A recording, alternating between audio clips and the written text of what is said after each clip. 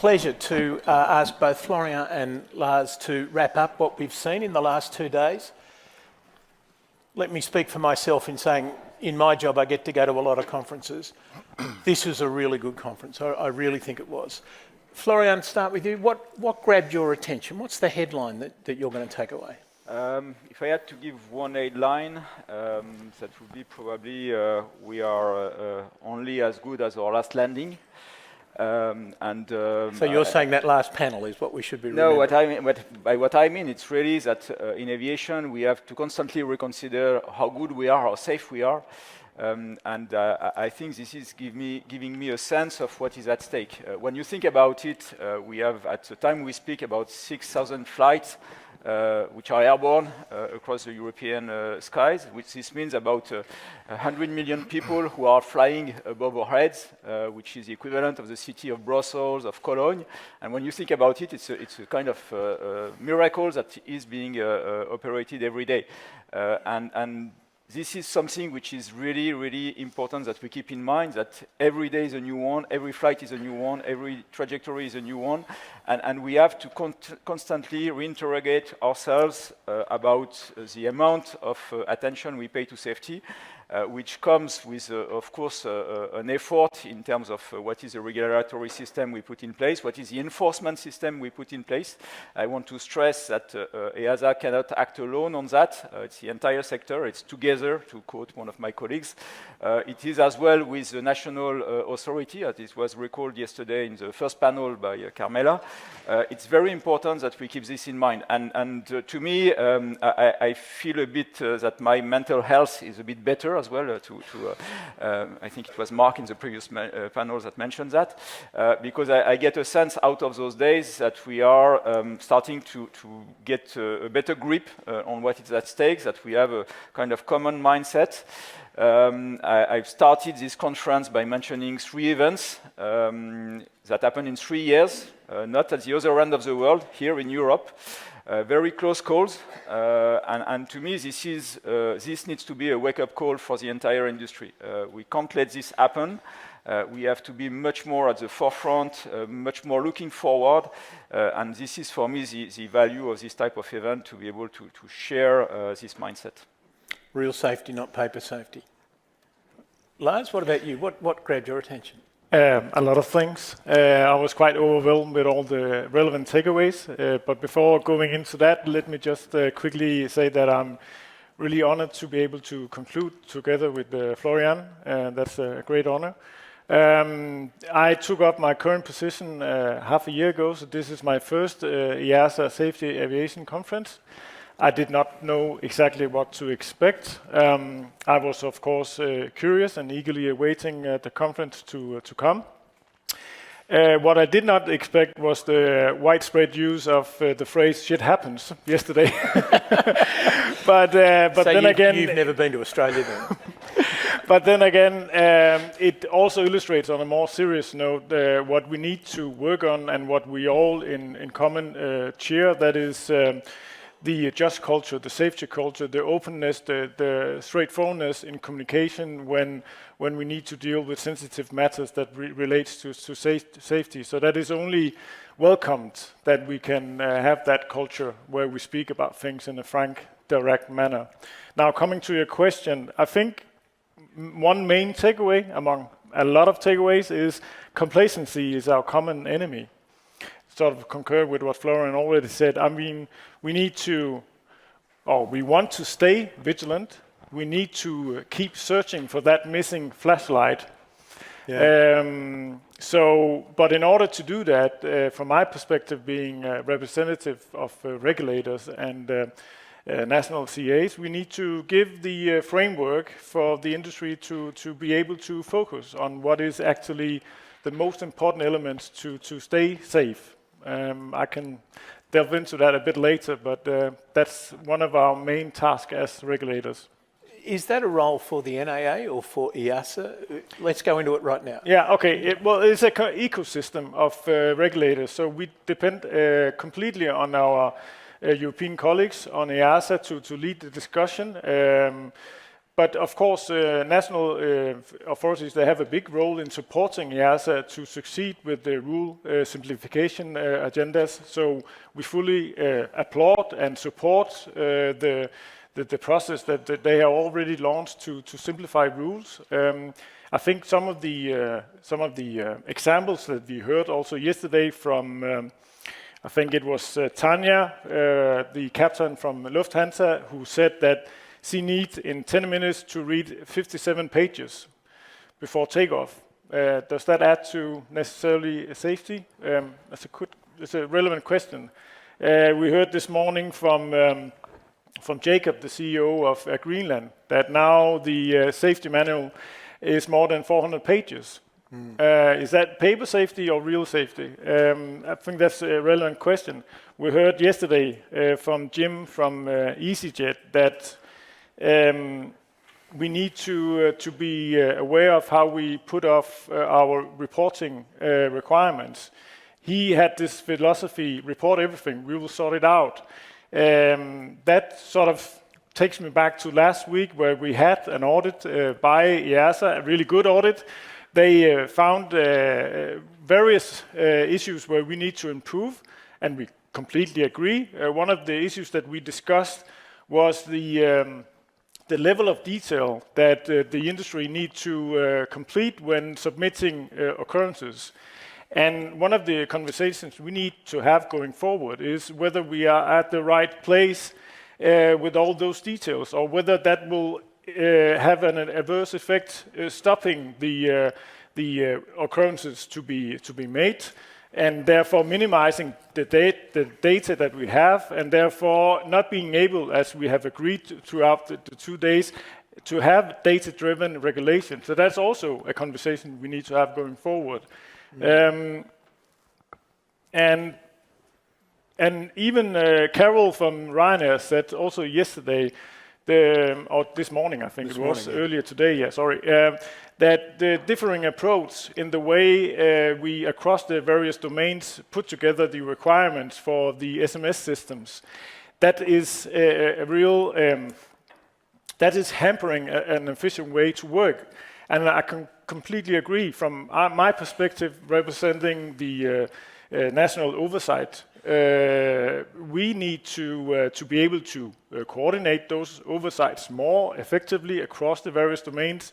But we will only succeed doing that if indeed the way in which the various regulations prescribes the requirements to the SMS systems are similar. So that's also a really important perspective put forward by Ryanair there. So, I mean, a lot of relevant takeaways from this event. Yeah.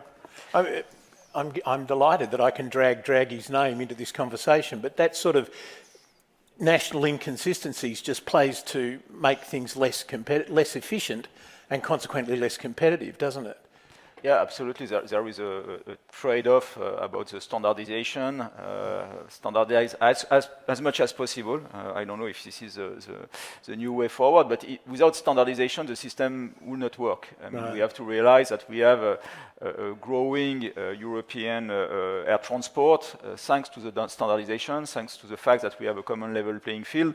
That's part of the mission of the agency, by the way, when we perform standardization activities, to check as well that the European rules are not gold-plated at a national level, to protect some industry players. And at the same time, we know as well it's a complex story. And coming back to the rule simplification, I'm always very careful about the expectations that we are raising when we talk about rule simplification. My personal experience is that anytime an administration has told me that they're going to simplify the rules, it became a bureaucratic nightmare. So we have to be extremely careful how we are going to tackle that. We cannot do that without the national authorities, without the states. We need to have a degree of convergence on the priorities. We need to have an understanding of what performance-based regulation means, how we are going to provide guidance around it, and so on.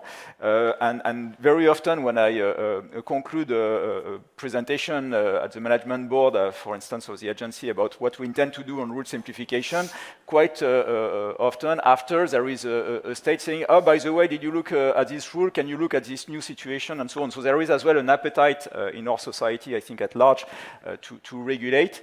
And this is going to be complex. That's what I mean. We have to make some choices on where we act, why we act, how we're going to do it.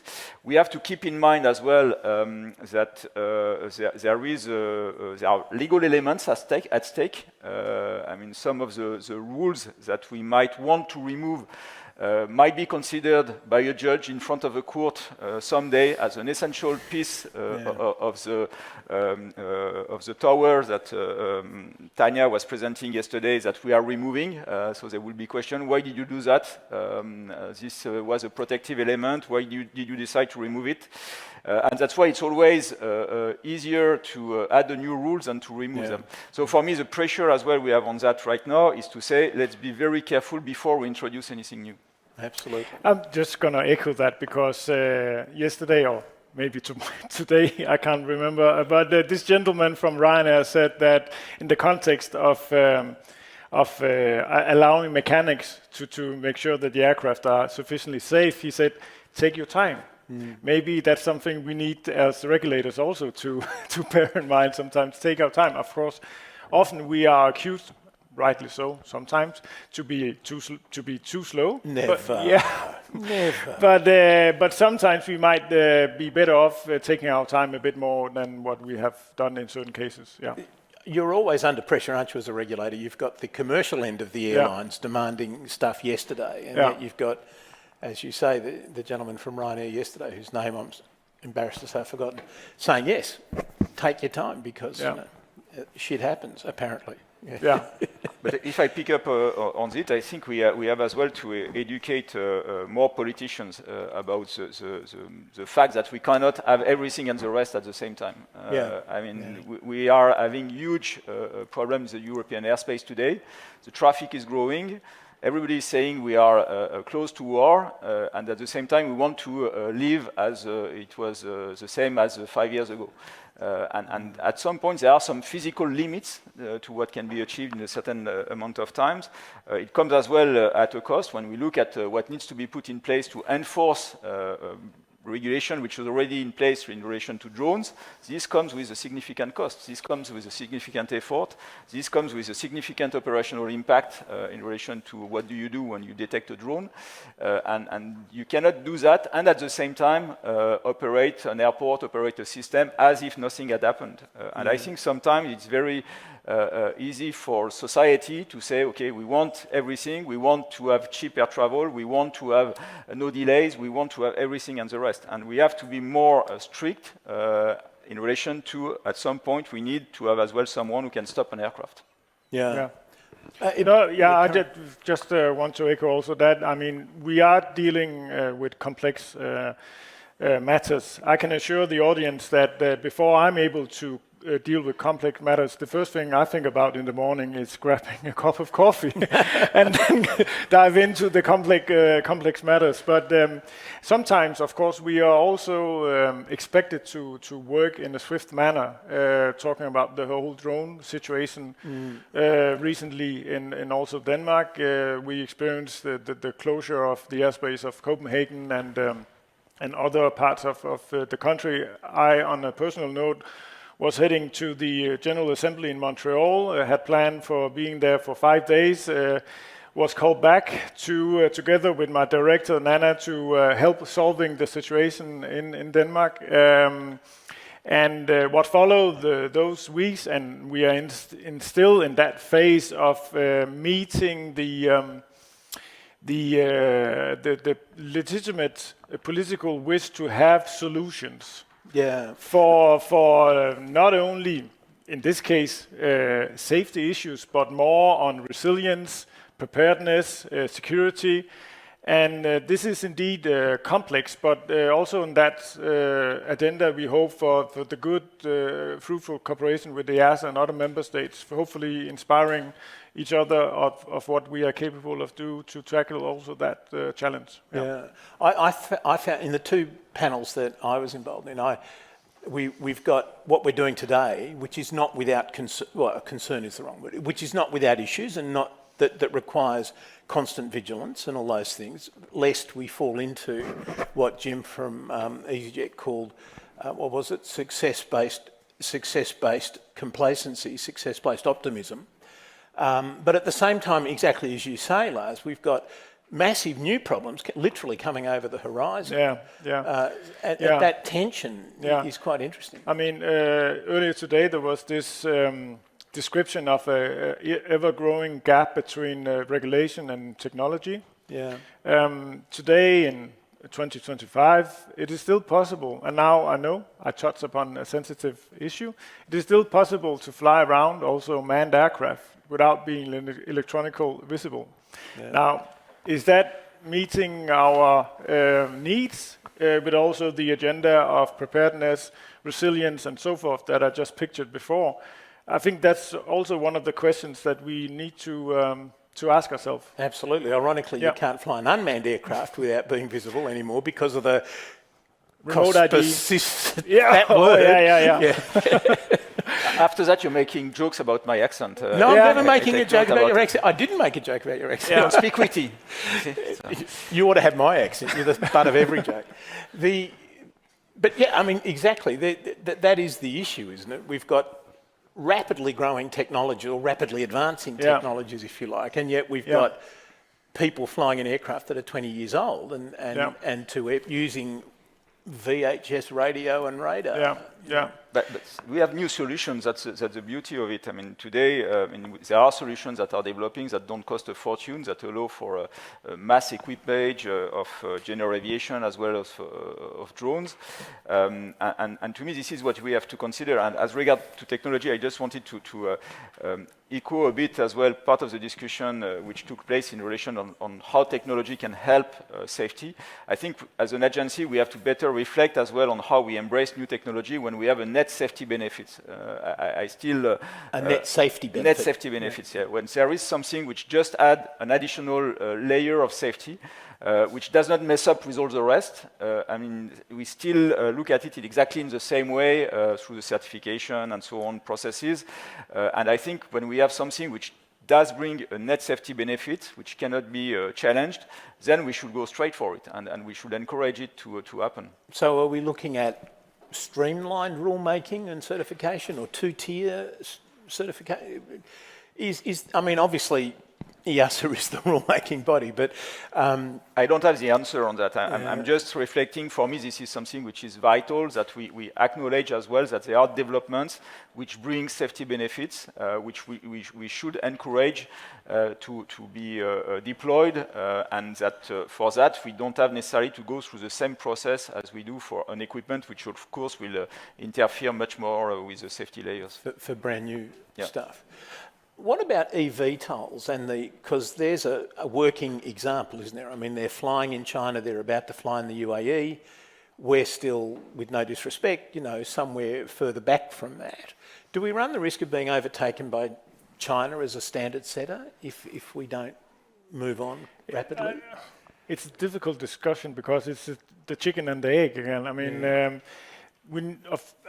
usually we applaud a market-driven approach, so that the market should be there in some way. But on the other hand, the market is only capable of being there if we provide some sort of doable framework. So I think we need to also discuss whether we strike that balance correctly these days. I'm not sure that we do, but yeah. So on that point, I think it's too late. If I'm really honest about it, I think we've lost it. We had players at European scale level that are not players anymore as we speak. We reflected, by the way, at the agency whether we were setting the bar too high in terms of requirements. I mean, this cannot be disconnected from the type of operations intended to conduct in Europe, which were really high-risk operations of overflying very dense populated area. The second element is the fact that, well, to raise money in Europe, it's not the same way as it happens in the US or in China. So those players had the real difficulties to get the cash flows they needed to stay alive, and they couldn't make it in Europe. The regulatory framework has a role to play in that, though, doesn't it? No, definitely. And that's also why we, from the Danish side, applaud the Commission when they say we need to adopt more regulatory sandboxes going forward. That's the only way we allow efficient innovation to take place. So, of course, we need to, We heard this morning, though, that we don't have deserts in Europe, and you need deserts that got sand, and you need sand for your sandbox. I mean, is this an opportunity for a country like Chad or Mali or something to outsource a bit of desert for some sandbox? No, but I think this notion of sandbox is extremely important. I mean, all the developments that we had in Europe in relation to eVTOLs were really hard to push towards the operations because of this lack of regulatory frameworks that was available. Yeah. Both at national level and at European level. Right. Well, now talking on behalf of the Kingdom of Denmark, Greenland is a big chunk of ice where, I mean, it's not a desert, but the similarities in terms of having sparsely populated areas where you could maybe test a bit. Yeah, I think it is a desert officially. I certainly learnt that in about fourth class social studies. That Antarctica was a desert, so I assume Greenland is. But so why aren't we doing that? Why isn't Greenland standing up or why aren't you standing Greenland up as a desert? I think the way we approach it is definitely evolving these months. Also, considering the general attention towards Greenland. I wasn't going to raise that matter. Okay.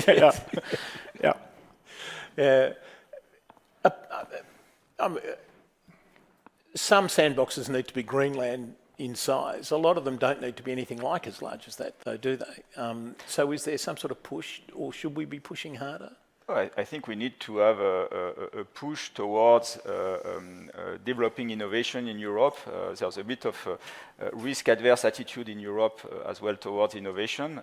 We need to be much more embracing innovation, and we need to have a regulatory environment that allows us to test things and not just to do things once the vehicle is certified, because then, of course, to be certified, it needs to go through a number of steps, and this is before the certification itself. So it's a kind of a chicken and egg situation at some point in time. I mean, China uses the entire Pearl River Basin as its sandbox by the look of it. But needing to test innovation, regulatory frame, I can't think of a better segue to SAF and the session we've just had. Is that an area where Europe clearly leads the field, although a lot of other people would say drags the field backwards, but No, I think the former panel had some really good observations there. I think that the Danish position was made clear from the Danish representative from the industry there. I think today we cannot speak about aviation without talking about green transition. That is an absolutely must task for all of us. In our view, we need to focus on harmonizing certification and blending systems. I think that the panel touched upon that also. We need to focus on responsibilities for SAF production and infrastructure to have a more clear definition in terms of liability and to ensure that the roles of all involved actors are clearly defined. I think EASA, yet again, a big appreciation towards Florian and his competitive team or competent team. They take the lead globally with the Fit for 55 and refuel aviation regulation. I think it's really worth acknowledging. We from the Danish side fully back and support all the efforts that EASA and the Commission do on the global scene there. Indeed, Denmark wants to be net neutral by 2030. Did I hear that right? Domestically, yeah. Domestically, yeah. And are you confident that you'll get there? Yeah, why not? But I think, honestly, we don't have a choice. I mean, I hear a lot those days about challenging the targets which have been set at European level and so on, but we don't have a choice. Climate change is here to stay. The energy transition is equally important for aviation, so we have to make it. And it will be painful, it will be complex, it will be costly, but we have to make it. And I think that what we see as well is that we have to make it safe, because obviously we are creating a different environment. We are talking about new risks, but we have as well old risks that intensify, we have old risk as well, that the fuel being the single point of failure in an aircraft can materialize again because we are changing the environment in which we are acting. And this is part of a collective endeavor. Right, absolutely. I think in this sort of quick rundown, we've covered almost all of the panels. I think we have, I'm sure we have. But can I just come back, Florian, and say, from my perspective, I think this has been a really fantastic conference, and I'd like to thank you and the Danes, of course, the Danish CAA. Do you have any sort of concluding remarks you'd like to? Well, firstly, from the Danish presidency perspective, and on behalf of all the colleagues also within the Danish CAA, which to whom I also like to extend a big thanks for all the work that they put into this.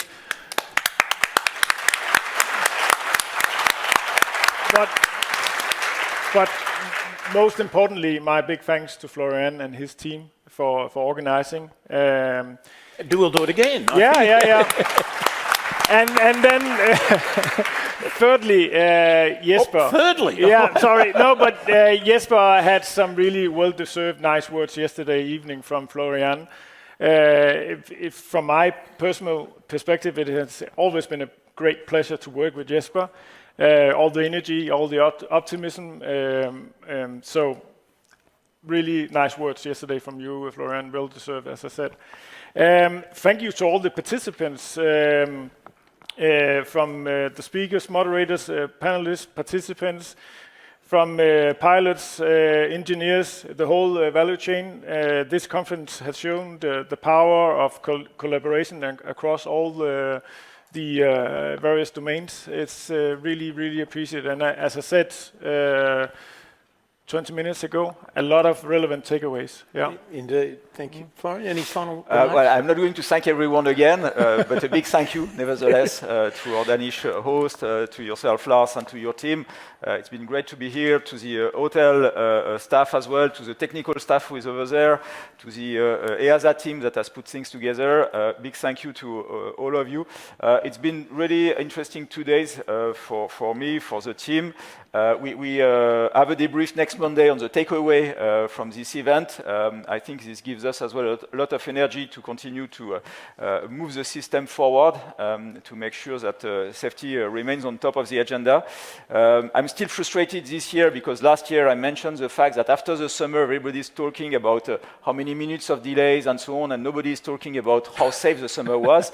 I'm not able yet to tell you how safe the summer was. We still are collecting data and we have to process them, but we are working on it. And overwhelmed by data. This conference gives me the energy to continue to work on that, so a big thank you for this. We said farewell to Jesper yesterday. A big thank again, Jesper, for all what you have accomplished. I feel I have to say farewell to Rachel as well. Rachel has been at the agency for 20 years, more than 10 years as a certification director. She's moving her family to Canada now, the next new challenge, and I just wanted to say it in front of you, in front of her. I want to thank her for everything that she's done.